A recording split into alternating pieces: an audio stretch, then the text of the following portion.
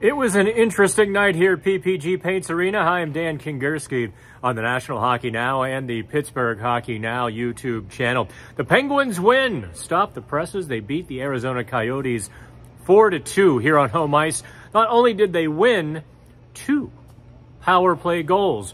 The first one coming 1 minute, 12 seconds into the game when Jake Guentzel popped it. And you could just feel this massive weight taken off of the Penguins' shoulders. However, the first period, and in fact, I think most of the game, had a very awkward, odd feel. This was not a great hockey game. This was more one of those traditional Tuesday nights against an inter-conference lack of rival. And I think the energy or the temperature kind of reflected that. The Penguins took 6 penalties. Arizona took 5. Tons of special teams play, especially in the first 40 minutes. I mean, think about it. Nearly half of the game in the first 45 minutes were played on the special teams. That prevented a flow. That prevented a lot of, I think, good hockey. Let's dive into what the Penguins, did well on Tuesday. First of all, the power play moved the puck. Not just moved the puck and moved, they did it with intent. I really like Valtteri Puustinen and what he's bringing. Look, his game has some flaws. I asked Coach Mike Sullivan on Tuesday, about him.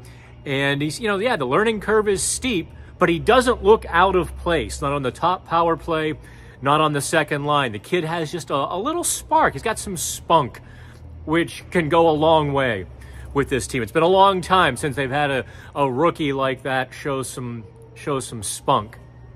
Puustinen gets the secondary helper on the first power play because he got the puck and he knew where to go. Went straight to Crosby behind the goal line. This is what the power play, I think, did very well. Well, let me rephrase that. What they did much better on Tuesday, they played low. They got the puck low. They played from the back out rather than from the top down and trying to find a crease or a space from the top of the zone. They got the puck low, forced the defensemen, forced the penalty killers to kind of turn and defend. And when that happens, that opens up a lot of ice. You see Jake Guentzel find space in the dirty zone. You see Jeff Carter get to the net because they worked the puck low, back to high. Penalty kill has to reset. Carter has some space. I think it was Erik Karlsson. Maybe it was Chris Letang. Lets the shot go. Chris Letang lets the shot go. Carter tips it. Those are the sorts of things that might seem rudimentary and easy, but they just haven't been doing them for over a month. They break the 0 for 37 slide. They also, at numerous points in the game, I don't think enough for my liking, but they still did, at several points in the game, drop back into their, go back into their 1-2-2. I don't want to say drop back because that sort of implies on their heels. And they weren't on their heels, but they put themselves in that 1-2-2, sort of that neutral zone trap, layers. Jake Guentzel stepped forward in the first period as the second layer, jumped on a puck carrier who didn't really see him coming, and all of a sudden Erik Karlsson, as the trailer, has a good poke from the right wing circle. In fact, that one right behind me. All of those things were pretty good. The game was still sloppy. The game was still a bit of a mishmash. Let me get to the Q&A section here because I want to get out of here in 5 minutes tonight. Because actually, as soon as I record this and post it, I am making the 9-hour drive to Montreal because apparently I'm just insane. I forget the questions. And through the magic of editing, I'm back. I had to look up the questions. Here we go. Melissa asks, Melissa Hart, by the way, would have been a great governor. Melissa asks, if some older players save their energy in the first half to get to the second half and then they go wild. That used to be part of the formula, Melissa. Actually, I don't know. I've probably talked about this every so often. It used to be in stages. You screwed around until Halloween. Halloween, you began to fine-tune the game. American Thanksgiving, now you start taking it seriously. You buckle down, and your team was formed, or well on their way to forming by Christmas. Those were the stages. However, given the loser points and the parity we've seen in the NHL recently, teams are not doing that anymore. I mean, they're just going right to the wall on day one. I think that's why you see a lot of the older teams struggling in the first half. The Carolina Hurricanes just had a closed door meeting this week.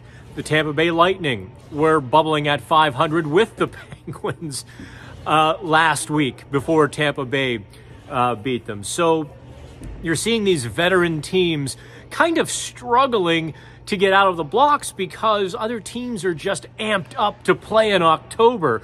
And these veteran players are like, what the hell are you doing? So there's that. Drummer Jamie wants to know about the net front. What about Pusty and Big JC in front of the net? No, well, you're half right, Jamie. I think Jeff Carter could take more time on power play 1 at the net front. Valtteri Putin, no, that's not going to be Pustinen's game.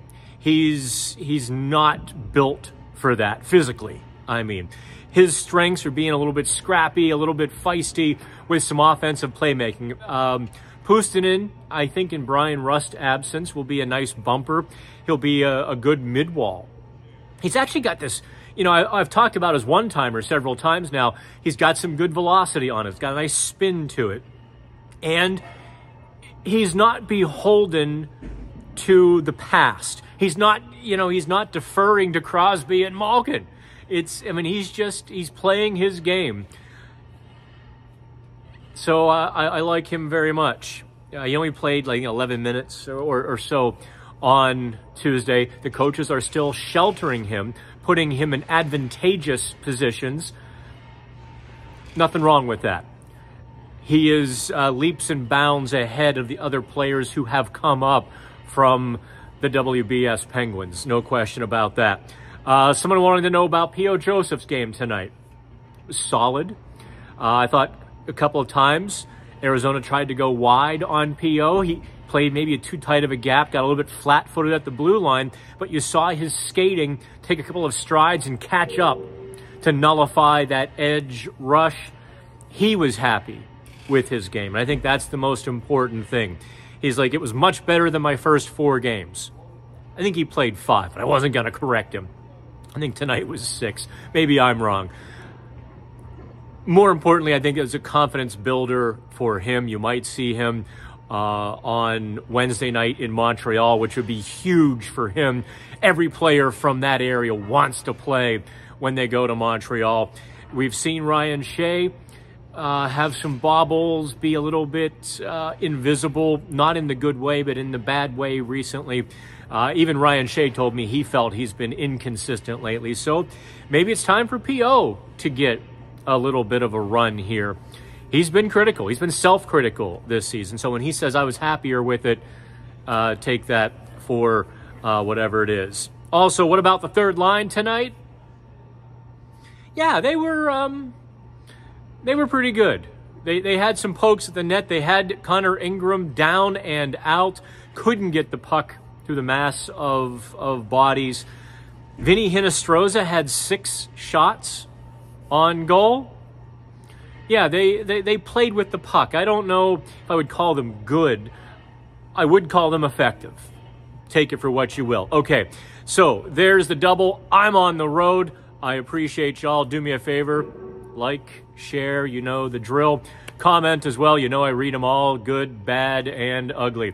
I'm Dan Kingerski from PPG Paints Arena.